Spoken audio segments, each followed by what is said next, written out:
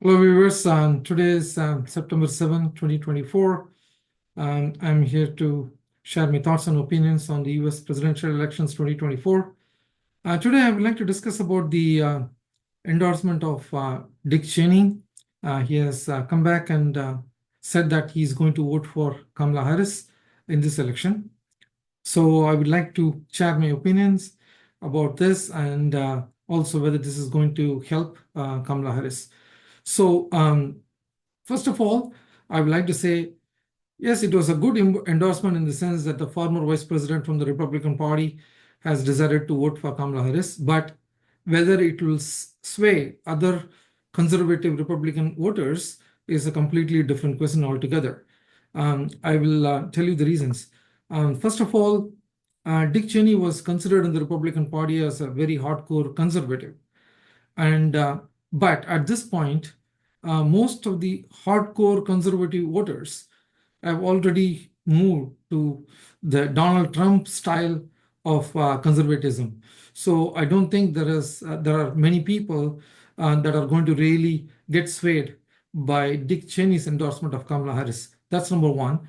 And number two, I would like to even question whether Dick Cheney was a true conservative by looking at his actions and looking at his past statements. So let's go back to early 1990s.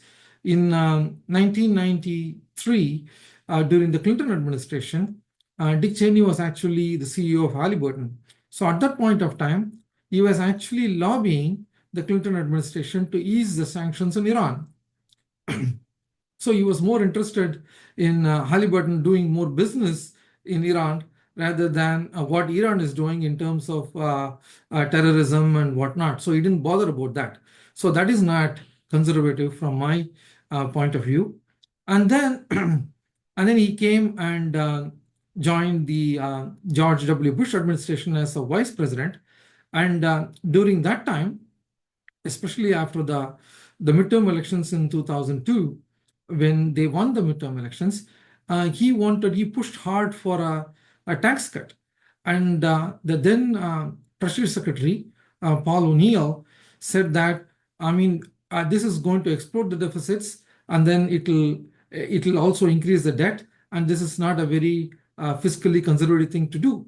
At that time, we just said that, no, we won the election. Deficits and debts do not matter. That's what he said. So he's not a fiscal conservative either. And then he was the one who actually thought about going to Iraq well before anyone in the country thought about going to Iraq. So this was also listed in the book by Paul O'Neill. The book's name is Price of Loyalty. So he mentions on that book, just after 9/11, he was surprised to see that Dick Cheney was talking about going to Iraq. And Paul O'Neill was quoted as saying that we all knew that bin Laden was responsible for the 9/11 attacks, and bin Laden is in Afghanistan. Why are we talking about Iraq? But he was very clear that he wanted to go to Iraq. So that decision alone costed the country trillions of dollars. So again, from that perspective, in my dictionary, he's not a conservative. So then you go back to the 2004 election when George W. Bush was running for re-election along with Dick Cheney. Dick Cheney was partly responsible or mostly responsible for this swift boat attack on John Kerry. They really made John Kerry look like some kind of an enemy. I mean, they really literally told everyone that he has lied about his military record. That's how extreme he went to really pull down John Kerry. So that is also not a true conservative would do. So if you look at all these incidents and his past statements, I don't think he's a conservative from my book. Then let's come to 2016 onwards. Donald Trump has actually taken over those kind of hardcore conservatives in his side, because those people who supported Dick Cheney have gone into Donald Trump's side. They don't care about Dick Cheney. They don't care about George W. Bush. They don't care about John McCain. They don't care about Mitt Romney. So they're not going to vote for, they're not going to change their vote because Dick Cheney has endorsed Kamala Harris. Now, let's look at who could help Kamala Harris from a Republican standpoint. There are Republicans like Mitt Romney. There are Republicans like even Jeb Bush, George W. Bush even, and then Christine Todd Whitman. These are the people, Paul Ryan, the former speaker.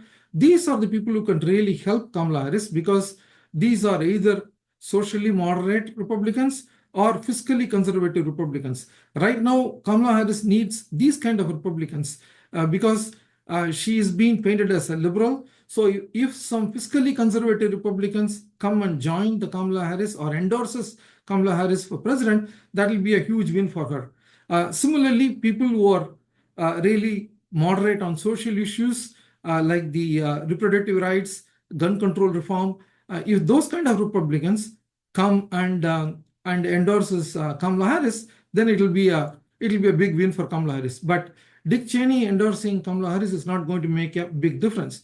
But finally, there is one Republican, if she endorses Kamala Harris, that will make a huge difference that might even change this election. That is Nikki Haley. But Nikki Haley has come out and said that she is ready to campaign for Donald Trump in this election cycle. So I'm very surprised that she made that statement because she's thinking that she has a chance to run in 2028. But I have this message to Nikki. Nikki, you are not going to be able to win the Republican nomination in 2028 because Trump Jr. is going to run. And Trump Jr. is most likely going to be the nominee in 2028 for the Republicans. If Donald Trump wins, then again, Trump Jr. is going to run. If Donald Trump loses now, then also Trump Jr. is going to run. So I think the one person who can definitely help Kamala Harris is Nikki Haley. And if Nikki can just stay above the party and come out and vote for Kamala Harris or endorses Kamala Harris, then that is a 2 to 3 point swing in places like North Carolina, Georgia, Arizona, even Pennsylvania and Wisconsin. So I think that kind of endorsement will make a huge difference. But the Dick Cheney's endorsement of Kamala Harris is not going to make a big difference for the Kamala Harris campaign. I know the Democrats are very excited about this, and the national media is also excited about this. From my view, this is just one more positive news in the election news cycle. That's about it. That's the only win for Kamala Harris. Other than that, this is not going to sway a lot of the Republican voters to come back to Kamala Harris. So I don't think that Democrats need to be so excited about this.